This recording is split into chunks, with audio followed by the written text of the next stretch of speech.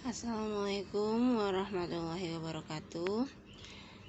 Untuk pembelajaran SKI memasuki materi Isra Mi'raj. Sebelumnya sudah pernah Bu Hikmah singgung sedikit tentang Isra Mi'raj, yaitu pengertian peristiwa Isra Mi'raj dan kapan terjadinya Isra Mi'raj. Nah, Isra Mi'raj itu ada yang masih ingat apa itu Isra Mi'raj? Ya, Isra Mi'raj itu adalah peristiwa perjalanan Nabi Muhammad dari Masjidil Haram menuju ke Masjidil Aqsa, kemudian naik ke Sidratul Muntaha. Nah, dari perjalanan Nabi Muhammad ini Rasulullah ditemani oleh malaikat Jibril dan mengendarai buraq.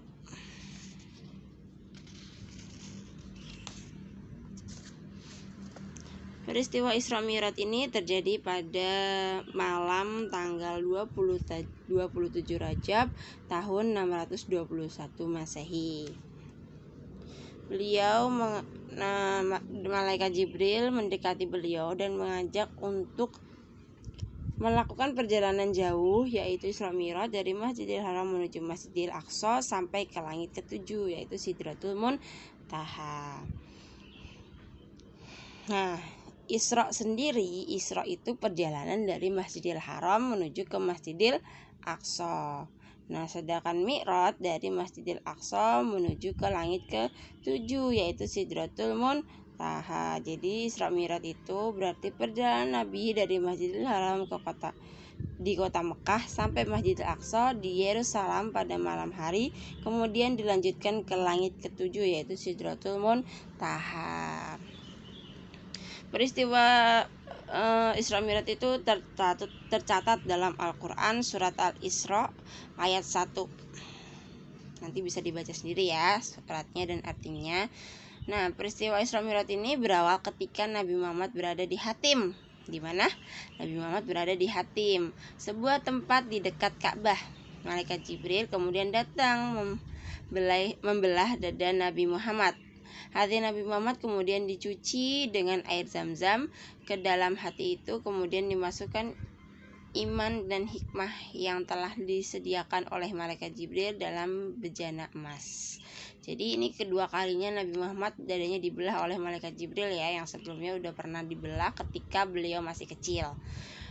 Nah, dengan bimbingan malaikat Jibril, Nabi Muhammad melakukan perjalanan dengan menaiki buraq. Dalam perjalanan itu Nabi melewati Madinah, yaitu Yasrib, terus Madian, tempat Nabi Syuaib alaihissalam menyiarkan Islam, kemudian melewati Tursina, tempat Nabi Musa menerima firman Allah, dan selanjutnya melewati Bethlehem, tempat Nabi Isa dilahirkan. Dalam perjalanan Nabi berhenti sejenak dan melaksanakan sholat sunnah 2 rakaat di Madinah, dan Nabi menjadi imam bagi nabi-nabi sebelumnya. Selesai sholat, malaikat Jibril datang membawa 2 gelas berisi susu dan arak. Kemudian Nabi Muhammad suruh milih mau susu atau mau arak. Nah, karena Nabi Muhammad ini orang yang mulia, tentunya Nabi Muhammad memilih untuk meminum susu.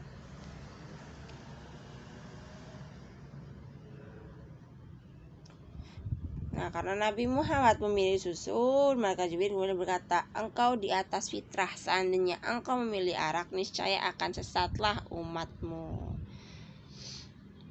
Kemudian setelah itu Nabi Muhammad dan malaikat Jibril naik ke langit. Sesampai di langit, malaikat Jibril minta penjaga agar membukakan pintu.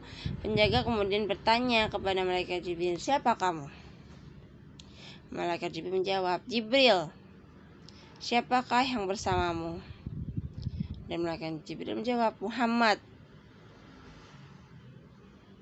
Dan kemudian dia bertanya lagi, apakah ia telah mendapat panggilan?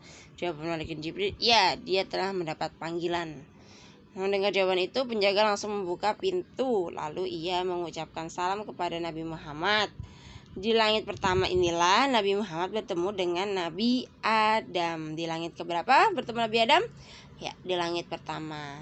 Nabi Muhammad melihat samar-samar wujud berwarna hitam di sebelah kanan dan kiri Nabi Adam. Jika melihat ke kanan, Nabi Adam tertawa, namun jika melihat ke kiri, ia kelihatan menangis. Mereka yang berada di sebelah kanan adalah ahli surga dan sebelah kiri adalah ahli neraka. Nabi Muhammad dan malaikat Jibril melanjutkan perjalanan ke langit kedua. Di sana Nabi Muhammad bertemu dengan Nabi Isa dan Nabi Yahya. Dan di langit ketiga Nabi Muhammad bertemu dengan Nabi Yusuf. Kemudian melanjutkan di langit keempat Nabi Muhammad bertemu dengan Nabi Idris. Di langit kelima Nabi Muhammad bertemu dengan Nabi Harun. Dan di langit keenam Nabi Muhammad bertemu dengan Nabi Musa. Di langit ketujuh Nabi Muhammad bertemu dengan Nabi Ibrahim yang sedang bersandar di Baitul Maqmur. Dan di langit ketujuh Nabi Muhammad naik ke Sidratul Muntaha, yaitu sebuah pohon yang rindang dari pokoknya mengalir 4 sungai, 2 di surga dan 2 di luarnya. Disinilah Nabi Muhammad melihat wujud asli malaikat Jibril. Kemudian Nabi Muhammad melanjutkan perjalanan menuju mustawa seorang diri. Nah, ketika menemui Allah, Nabi Muhammad berjalan sendiri, tidak ditemani lagi oleh malaikat Jibril. Di hadapan Allah inilah Nabi Muhammad menerima perintah untuk mengerjakan sholat 50 kali dalam sehari semalam. Karena Nabi Muhammad orang yang patuh dan taat dan tunduk kepada Allah, Nabi Muhammad menerima perintah itu. Kemudian Nabi Muhammad turun hingga langit ke-6 dan bertemu dengan Nabi Musa. Beliau menyarankan kepada Nabi Muhammad supaya meminta keringanan kepada Allah. Hal itu disebabkan umat Nabi Muhammad tidak akan kuat mengerjakan perintah tersebut. Akhirnya Nabi Muhammad kembali menghadap Allah, dan setelah menghadap berkali-kali, perintah sholat pun dikurangin sampai akhirnya menjadi 5 kali sehari semalam. Nah, setelah menerima perintah sholat tersebut, Nabi Muhammad kembali ke dunia ditemani oleh malaikat Jibril. Peristiwa Isra Mi'raj ini telah memberikan tambahan keimanan, ketahanan, ketetapan, serta keyakinan Nabi Muhammad dalam menegakkan ajaran agama Islam sampai titik darah penghabisan. Nah, itu tadi cerita singkat tentang perjalanan Nabi Muhammad dalam peristiwa Isra Mi'raj. Nah, peristiwa-peristiwa Isra Mi'raj ini di dalam perjalanan Nabi Muhammad ini ada peristiwa-peristiwa lain. Nabi Muhammad dalam perjalanan itu tidak mulus-mulus saja, tapi Nabi Muhammad melihat beberapa keanehan-keanehan. Di antaranya yaitu Nabi Muhammad melihat beberapa orang membawa daging di sebelahnya dan dagingnya busuk. Namun orang-orang justru mengambil daging yang busuk dan membuang daging yang baik. Nah, orang-orang yang memakan daging yang busuk ini adalah orang-orang yang berzina. Ini adalah gambaran orang-orang yang berzina. Dia membuang daging yang baik tapi malah memakan daging yang busuk. Kemudian yang kedua, Nabi Muhammad menyaksikan orang yang tak henti-hentinya memanen hasil tanamannya. Nah, itulah gambaran bagi orang yang berjuang membela agama Allah. Amalannya akan dilipat gandakan sampai 700 kali. Dan yang ketiga, Nabi Muhammad mencium bau harum, bau yang datangnya dari kuburan Musyittoh dan keluarganya yang dibunuh Raja Fir'aun karena tetap teguh mempertahankan keimanan kepada Allah. Kuburannya baunya wangi. Kemudian yang keempat, Nabi Muhammad diperlihatkan orang yang perutnya sangat besar sehingga sulit untuk berjalan. Nah, ini gambaran dan hukuman bagi orang yang suka makan riba. Siapa yang tahu riba di sini? Apa itu riba?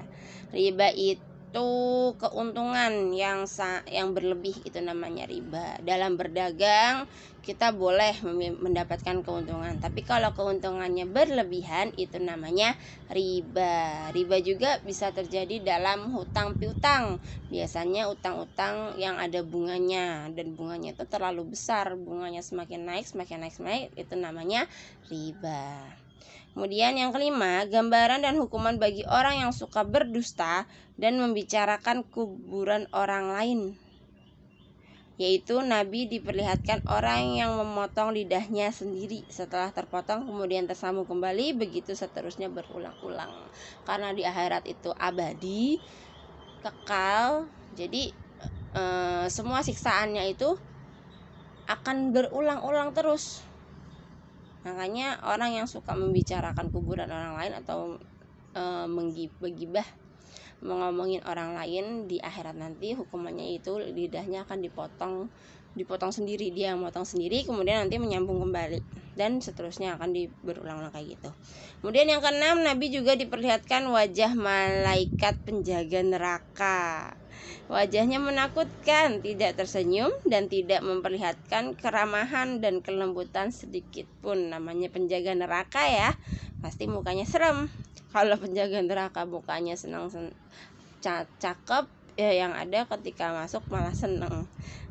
Selain peristiwa di atas, ada sesuatu yang telah diterima oleh Nabi Muhammad yang lebih utama, yaitu selama perjalanan Isra Mi'raj, Nabi Muhammad selalu ditemani oleh malaikat Jibril. Namun ketika hendak menghadap Allah ke Sidratul Muntaha, beliau harus naik sendiri tanpa ditemani malaikat Jibril. Di sanalah Nabi menerima perintah sholat wajib 5 waktu sehari semalam. Setelah menerima wahyu, malam itu juga Nabi bersama malaikat Jibril kembali ke Mekah, sebuah perjalanan yang hanya bisa terjadi atas kodrat dan ridhonya. Nah, perjalanan itu nggak mungkin terjadi sama siapapun dalam sehari semalam bisa menemui Allah dari bumi menuju langit. Nah, itu hanya kehendak Allah. Kemudian yang kedua, Nabi Muhammad segera menyampaikan perintah sholat yang baru saja diterima kepada umatnya. Beliau cemas akan sikap umatnya, apakah mereka bisa menerima kebenaran peristiwa yang dialaminya, karena kejadian itu sangat luar biasa. Kejadian tersebut itu di luar nalar manusia. Makanya Rasulullah sedikit khawatir bahwa hambanya tidak bisa menerima cerita yang telah dilakukan oleh Nabi Muhammad atau perjalanan Nabi Muhammad itu. Kemudian yang ketiga, Nabi Muhammad sebagai Rasul yang bersifat tablik akan selalu menyampaikan wahyu itu meskipun berat tantangannya. Beliau menceritakan peristiwa Isra Mi'raj di hadapan orang-orang Quraisy. Ternyata benar, penduduk Quraisy tidak percaya akan kebenaran peristiwa Isra Mi'raj. Yang keempat, bahkan mereka menganggap Nabi Muhammad telah gila.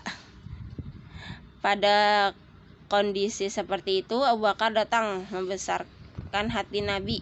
Ia membenarkan dan mempercayai cerita Nabi Muhammad, karena Abu Bakar ini adalah salah satu sahabat Nabi Muhammad yang selalu membenarkan apa ucapan Nabi Muhammad. Jadi Abu Bakar ini selalu percaya apa yang diomongkan oleh Nabi Muhammad. Nah, banyak sekali ya peristiwa yang disaksikan oleh Nabi Muhammad dalam perjalanan Isra Mi'raj tersebut. Hal ini merupakan peringatan bagi manusia agar jangan berbuat dosa sekecil apapun, karena pasti akan ada balasannya. Begitu juga kebaikan, sekecil apapun akan ada pahalanya. Oke, yang selanjutnya yaitu hikmah peristiwa Isra Mi'raj. Yang pertama, dalam peristiwa Isra Mi'raj itu kita harus meyakini bahwa apa yang Allah kehendaki bisa terjadi, karena Allah Maha Kuasa atas segala sesuatu dan tidak pantas sebagai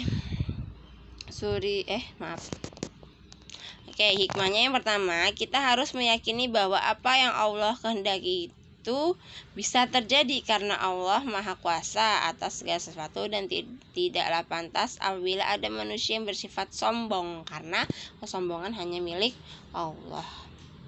Dan Nabi Muhammad sebagai suri teladan bagi umatnya. Beliau adalah seorang pemimpin, seorang nabi yang jauh dari sifat sombong. Beliau seorang rendah hati, penyayang, dan santun. Yang kedua,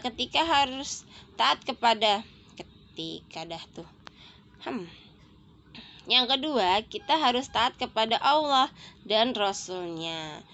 Ketaatan harus kita buktikan dengan ibadah. Ibadah yang paling utama dalam Islam adalah menegakkan sholat. Nah, jadi sholatnya harus rutin 5 kali dalam sehari semalam.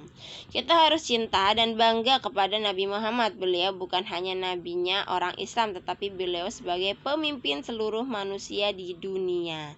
Perjalanan Isra Mi'raj Nabi Muhammad yang dimulai dari Mekah menuju Yerusalem adalah bukti bahwa Nabi Muhammad dicintai oleh bangsa yang bukan orang Arab saja, tapi sampai di luar Arab.